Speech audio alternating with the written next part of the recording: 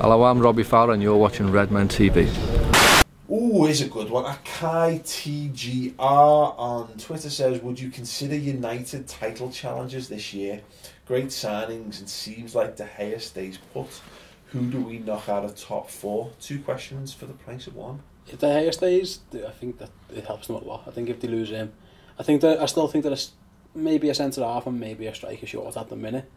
I think top 4 they're well in the mix with that, aren't they, at the moment. I don't know, title challenges, that's a big gap to Chelsea still. I think they've still got a gap to fill in.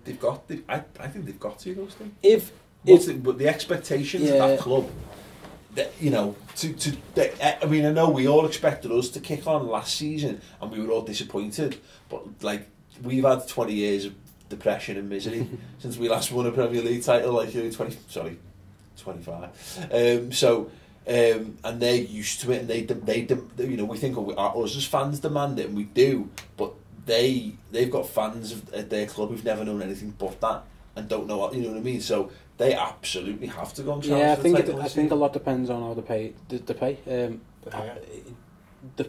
Sorry, not. I'm getting confused with the two. I think they'll put Rooney back up front at the moment. I think he shoots. I think Rooney is well underestimated. I think he's really good. They just lack. I don't know. Schweinsteiger's he's a very good player. Don't get me wrong, he is. And but what's he going to add? Were they missing that much in midfield? I don't know. They all seem to feel it because I think that team, Michael Carrick's been key to them, how their team performed, and he's like mid-30s now, isn't he? So he's not getting any younger. He's definitely over that. So they might play him and Schweinsteiger in rotation, which is good, really good players, aren't they? I just think, if the goalie stays, it's a massive boost for them. Everyone was convinced he was off, and if he goes, they're in trouble because the sub goalie's getting sold as well. And De Gea's one of the best goalies in the world, so that helps. It's a weird one, that, isn't it? Because he just said he didn't want to play for reserve, so I'll see you later. And then, as probably need a striker, don't you? You still think you can't really. Obviously, from last season they've lost Van Persie and they've lost Falcao. So they were Rooney's, and then Rooney was playing midfield quite a bit, wasn't he? It was quite odd. So yeah, and they're probably going to buy someone, aren't they? They're going to go and buy a striker. Well, you agree something they've been linked with Cavani, and that's I suppose you said the same last summer as well. Schweinsteiger and Cavani, and Schneiderlin as well. But I mean, in terms of like the glory of signing whoever.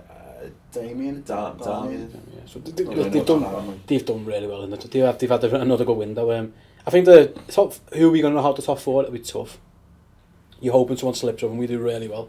In terms of title, I still think Chelsea are head and shoulders above everyone. I still think there's a massive gap between even Chelsea to City and Chelsea to Arsenal. Man City need to follow up the Sterling signing, I think. You know what I mean? I think they will as well. Absolutely they will. But I mean, because I was thinking about this, if they signed, it's gone quiet, but if they bought in like Jack Wilshere as well, and someone else, like just get a little trio of dead exciting young signings who fill the British quota as well to some extent. I think you'd be going into that season thinking, wow, they've got a potential core that can really grow. But if they don't, I think they'll teeter. But it's still, I look at it. Chelsea, they haven't really done anything, have they? They've got Falcao. In. But they said they were head and shoulders above everybody. Yeah, but They won't stand. You don't win it's very hard to win the title 2 years on the bounce, so you wouldn't expect them to do it necessarily. And I actually was wondering whether they actually do. That's going to be their aim this season anyway. I think they'll go for I think Mourinho's going to go for the Champions League. I think they'll fall short in the league because look, plenty of time for them to buy players, but how do you improve on that Chelsea first 11? You can't get. You can't really. I don't think they need to. Exactly, but you do need keep to evolving. Exactly, and you see it so often. Teams get that, but they get that amazing first 11, and all you end up doing is swapping cheaper components out on the bench and moving people on. They'll do that, Quadrado. God knows if he'll even play again. I think that back sort of 6 goalkeeper, the 4 defenders. I suppose Terry had a great season, but he is another year older.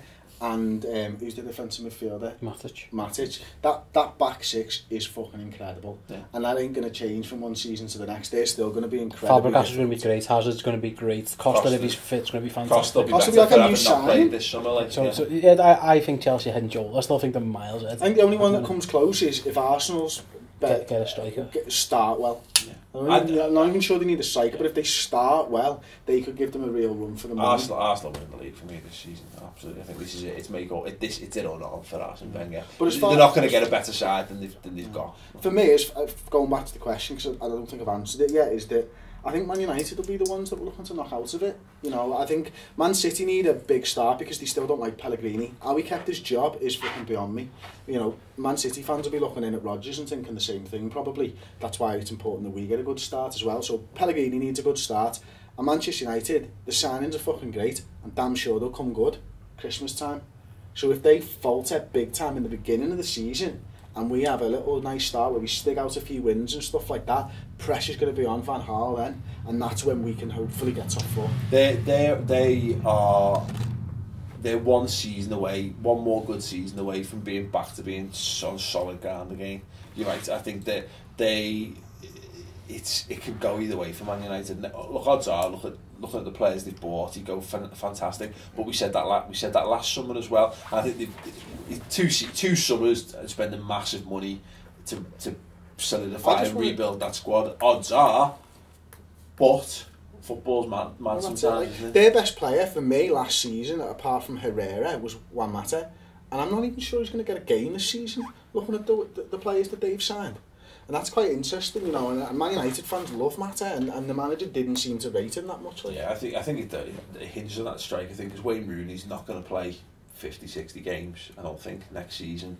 He's good. He's better than I often give him credit for as a centre forward. Like, but I don't think I think they need. He's not a 30-goal season striker, is he? I think he can be if he stays up front. Maybe can he stay up front? That's the thing. He likes getting involved.